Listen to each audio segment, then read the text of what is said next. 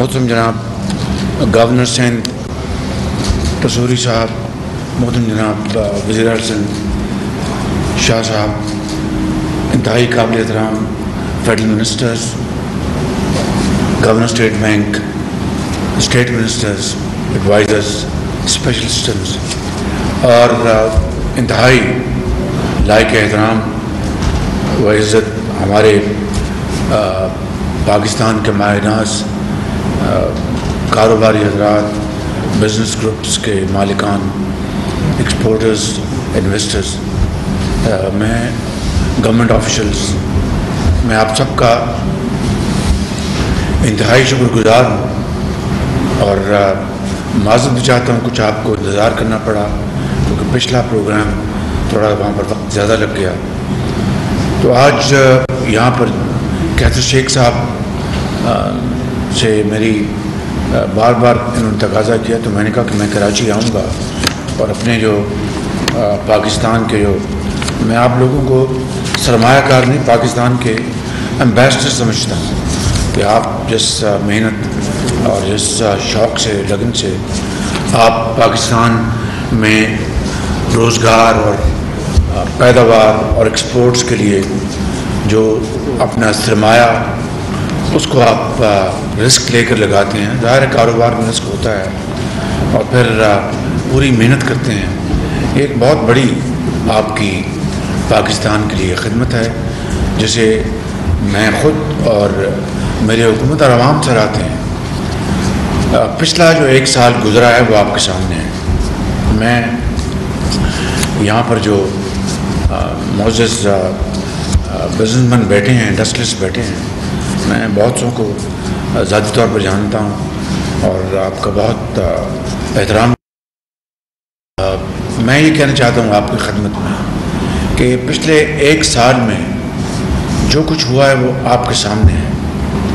یہ مہنگائی جو مزید بڑھی ہے، جب ہم نے حکومت سنبھالی تو ایسا نہیں تھا کہ مہنگائی جو ہے وہ تھی نہیں، وہ مہنگائی اس کو زوروں پر تھی، لیکن اس کے بعد عالمی کساد بازاری، عالمی جو معاملات، خود پاکستان کے اندر جو ایک انسٹیبل جو صورتحال تھی اور ہے سیاسی طور پر، وہ ایک بڑی وجہ تھی۔ آئی ایم ایف کے ساتھ آپ سب جانتے ہیں کہ پچھلی حکومت نے معاہدہ کر کے اس کو توڑ دیا، وہ شاید ماننے سے جو انہوں نے مانی تھی اس کے اوپر انہوں نے دستخط کیے تھے، اسے وہ ریگل آؤٹ کر گئے۔ پچھلے سال جو ایک تاریخ کا سب سے بڑا سیلاب آیا تھا کلائمیٹ چینج کی بنا پر، اس نے تباہی مچا دی۔ میں بلا خوف تردید کہہ سکتا ہوں کہ صوبائی حکومتوں نے اپنے تائیں جو عوام کی بحالی کے لیے جو اربوں روپے جو خرچے ہیں، اور یقیناً انہوں نے خرچے، میں اس کا ذاتی طور پہ جانتا ہوں، وفاق نے 100 ارب روپیہ اس میں حصہ ڈالا، اور اس کا حساب بالکل سیدھا ہے، تقریباً 70-72 ارب روپے جو فیڈرل گورنمنٹ کا جو انسٹرومنٹ ہے بے انکم سپورٹ پروگرام کے ذریعے، اور تقریباً 18 سے 20 ارب روپے NDMA کے ذریعے۔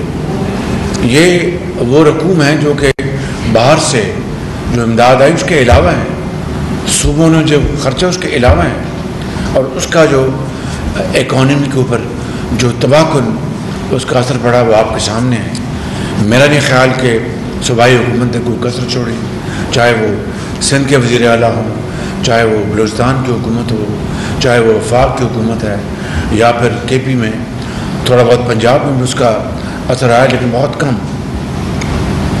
پھر اس کے علاوہ جو عالمی جو تیل کی جو قیمتیں ہیں وہ آپ کے سامنے ہیں، اس نے مہنگائی میں بے پناہ اضافہ کیا۔ ہمارے امپورٹ بل میں اس کا تاریخ کا سب سے بڑا امپورٹ بل پچھلے سال، یہ سال جو گزرا ہے، یہ تیل کی امپورٹ پہ لگا، کیونکہ قیمتیں پھر دوبارہ $100، 90، آپ سب جانتے ہیں 80، 70، 72 پہ وہ ہوور راؤنڈ کرتی رہیں۔ اس کے علاوہ جب کووڈ تھا تو گیس کی قیمتیں، میں LNG کی بات کر رہا ہوں، وہ بالکل زمین پہ آ چکی تھی. آپ سے بہتر کون جانتا $3 پر سینٹ، اور اس کو سودا نہیں کیا گیا، جس کا پاکستان کو بے پناہ نقصان ہوا.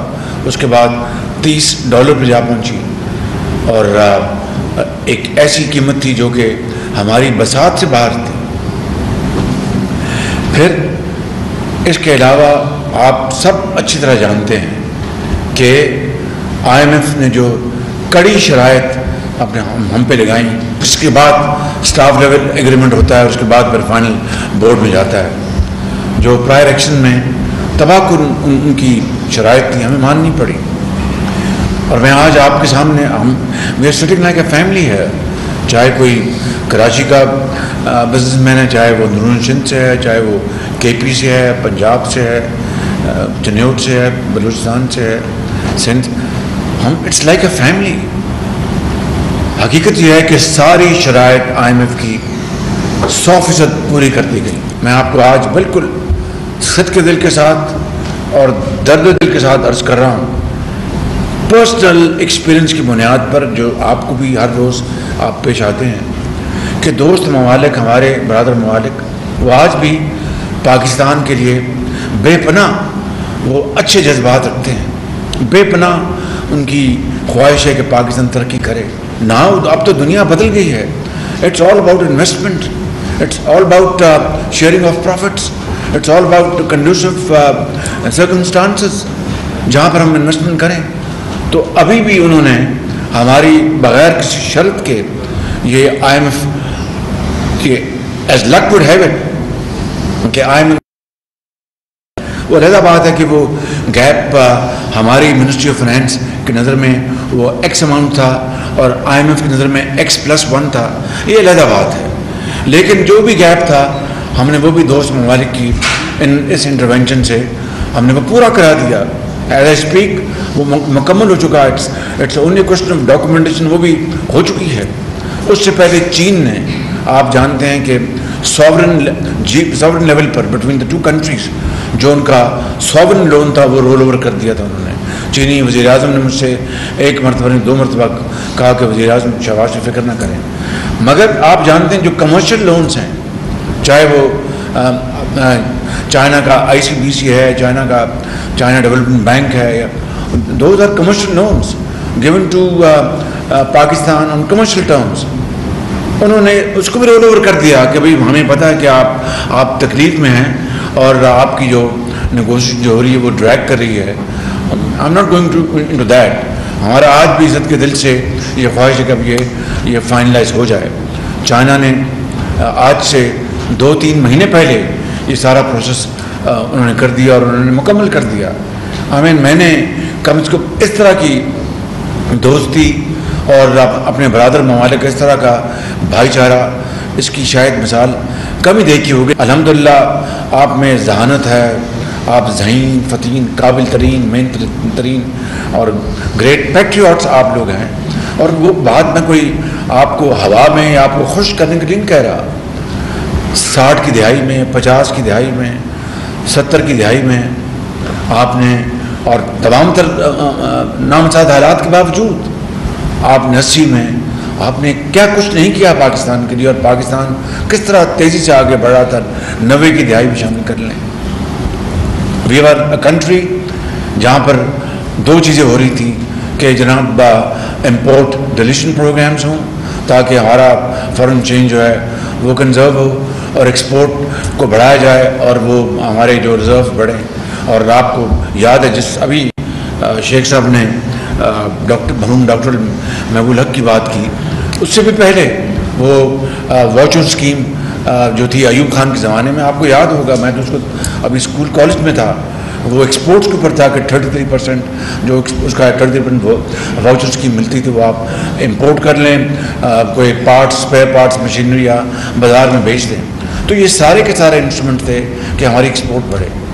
آج میں بڑے خستہ دلی کے ساتھ بات کرنا چاہتا ہوں. آج سارے کا سارا ایمفیسس ہے اپنا لینڈ ڈیولپمنٹ کے اوپر، ہائی رائزز کے اوپر اور یہ ٹریڈنگ کے اوپر. ہماری جو ایکسپورٹس، ہماری انویسٹمنٹس وہ بالکل مرجھا چکی ہیں. بالکل آپ ہی لوگ تھے, ولیکا ٹیکسٹائل, گل جی, میں نام آدم جی, بڑے بڑے نام تھے اور بڑا بڑا انہوں نے پاکستان کا بے پناہ انہوں نے پاکستان کی خدمات ان کی, لیکن آج وہ نام کدھر گئے. میں نے وہاں پر ایک جملہ بولا تھا ابھی ایکسپو پہ, جو گھڑی کی جو سوئی ہے واپس اسی شاندار جو تابناک پاکستان تھا, مستقبل آپ نے بنایا تھا 60 70 80 کی دہائی کا, وہ واپس لے کے آئیں. اس کے لیے دیکھیں ایک سال میں یہاں پر کچھ سیاست میں نہیں جانا چاہتا, مجھے پتا ہے کہ کیا ہو رہا ہے سیاست میں.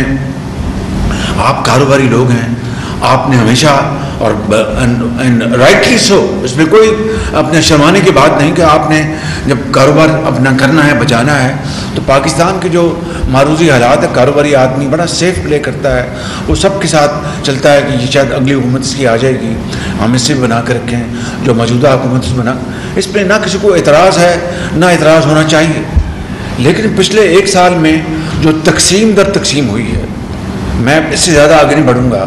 معاشرے کے ہر طبقے میں, چاہے وہ تجارت ہے, چاہے وہ سرمایہ کاری ہے, چاہے وہ سیاست کا میدان ہے, چاہے ہمارے قومی ادارے ہیں, اس تقسیم نے برباد کر دیا پاکستان کے ایڈیفس کو, فاؤنڈیشن کو ہلا کے رکھ دیا ہے. اور وہاں پر ایک مائنڈ سیٹ بنا ہے. اور میں آپ سے آج جو باتیں کھلی باتیں کر رہا ہوں کہ پاکستان ایک اللہ تعالیٰ نے خداداد ملک پاکستان بنایا, بڑی عظیم قربانی تحریک میں آپ کے آباء و اجداد سب شامل, اس میں تاریخ لمبی ہے, میں اس میں نہیں جانا چاہتا. لیکن 47 کا پاکستان جن مقاصد کے لیے بنا تھا, آج وہ کہاں اور آج ہم کہاں کھڑے ہیں. اور مجھے اس میں کوئی بات نہیں کہنے میں کہ ہمارے وہ شہداء جنہوں نے پاکستان کے لیے جانیں دی تھی, ہندوستان سے وہ پتہ نہیں کوئی اپنا ریل میں آیا, کوئی پیدل آیا, کوئی بائیسیکل پہ آیا, کوئی بیل گاڑی پہ آیا, راستے میں کس طرح ان کے پیارے ان کو شہید کیا گیا, ہماری ماؤں بہنوں کے جو دوپٹے وہ ان کے آنچل پھٹے, کس طرح بچے ان کے یتیم ہو گئے, کس طرح وہ یہاں پر بے سر و سامانی کے عالم میں پہنچے کہ ایک ایسا ملک جو ایک خداداد ملک پاکستان جو عظیم بنے گا نہ صرف اسلامی دنیا میں بلکہ پوری دنیا میں. اور مجھے خدا کی قسم کوئی ایک لمحے کے لیے شک نہیں کہ آپ ان کا پوٹینشل ہے, آپ کے بچوں میں پوٹینشل ہے, ہماری پوری قوم میں پوٹینشل ہے. لیکن اس ایک سال میں جو تقسیم در تقسیم ہوئی, اور یہ نہیں کہ ہم سب فرشتے ہیں, میں سب سے زیادہ خطاکار آدمی ہوں, لیکن اس طرح کی حرکتیں کہ میں بیٹھنا نہیں اور اس طرح کی تانا زنی, گالی گلوچ اور ہر چیز کا الزام, اور یعنی لوٹ کے کھا گئے, سب کچھ کر گئے, کبھی اس طرح قومیں بنتی ہیں. اور پھر ایک مائنڈ سیٹ نے ایک تیار ہوا, اور مائنڈ سیٹ اور ایک کلٹ بنا, اور وہ معاشرے کے ہر طبقے میں بنا, خالی اسکول کالجوں میں نہیں, ہر جگہ بنا. میں اس سے زیادہ بات نہیں کرتا. اور آپ اب دیکھیں کہ 9 مئی کو کیا ہوا. 9 مئی کو وہ ہو گیا جو دشمن کبھی سوچ نہیں سکتا تھا. بڑے بڑے پاکستان کے 72 سالہ تاریخ میں بڑے بڑے حادثے ہوئے ہیں, قوموں کی زندگی میں حادثے ہوتے ہیں, لیکن کبھی اس طرح کا واقعہ ہوا. ایک بات کئی بار میں اپنی تقریروں میں کر چکا ہوں کہ محترمہ بے نظیر شہید ہوئی, ذوالفقار علی بھٹو کا جوڈیشل مرڈر ہوا, ضیاء الحق کا وہ دور تھا, نواز شریف کے ساتھ کیا ہوا, اوروں کے ساتھ کیا ہوا.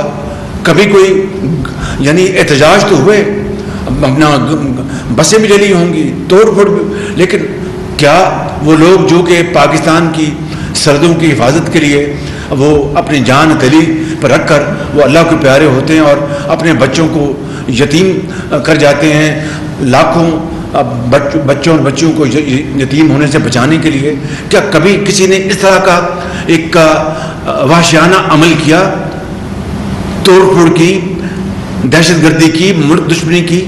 یہ تو 65 میں وہ بھی نہیں کر سکا کہ جو کہتا تھا کہ میں لاہور کے جم خانہ میں آ کے ہم شام کو سیلیبریٹ کریں گے. تو جنہوں نے ان کے دانت کھٹے کیے اور جنہوں نے ٹینکوں پہ آگے آ کے اپنی جانیں دی, اپنے جہازوں پر ان کا مقابلہ کیا, چاہے وہ ہوائی جہاز ہو, بحری جہاز ہو. میں لمبی بات نہیں کرنا چاہتا, میں یہ کہتا ہوں کہ کسی ملک کی ترقی نہیں ہو سکتی جب تک کہ وہاں پر پولیٹیکل اسٹیبلٹی نہ ہو. اسٹیبلٹی